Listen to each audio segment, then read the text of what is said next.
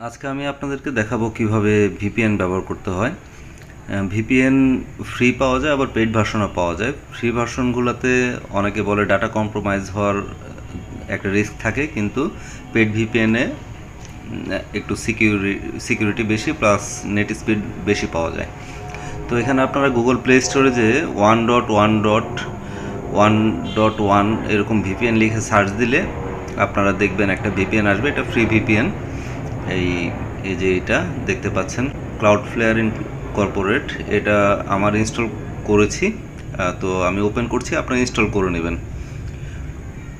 Open করার পরে এখানে জাস্ট এটা ডান দিকে স্লাইড করে নিলেই কানেক্টিং, এটা কানেক্ট হওয়ার পরে ওপরে আপনার ভিপিএন লেখা আসবে আর একটা কির মতো আসবে, মানে ভিপিএন কানেক্টেড। তখন আপনি যে কোনো সাইট ইউজ করতে পারবেন, এটা আপনার প্রাইভেসি মেনটেন হবে।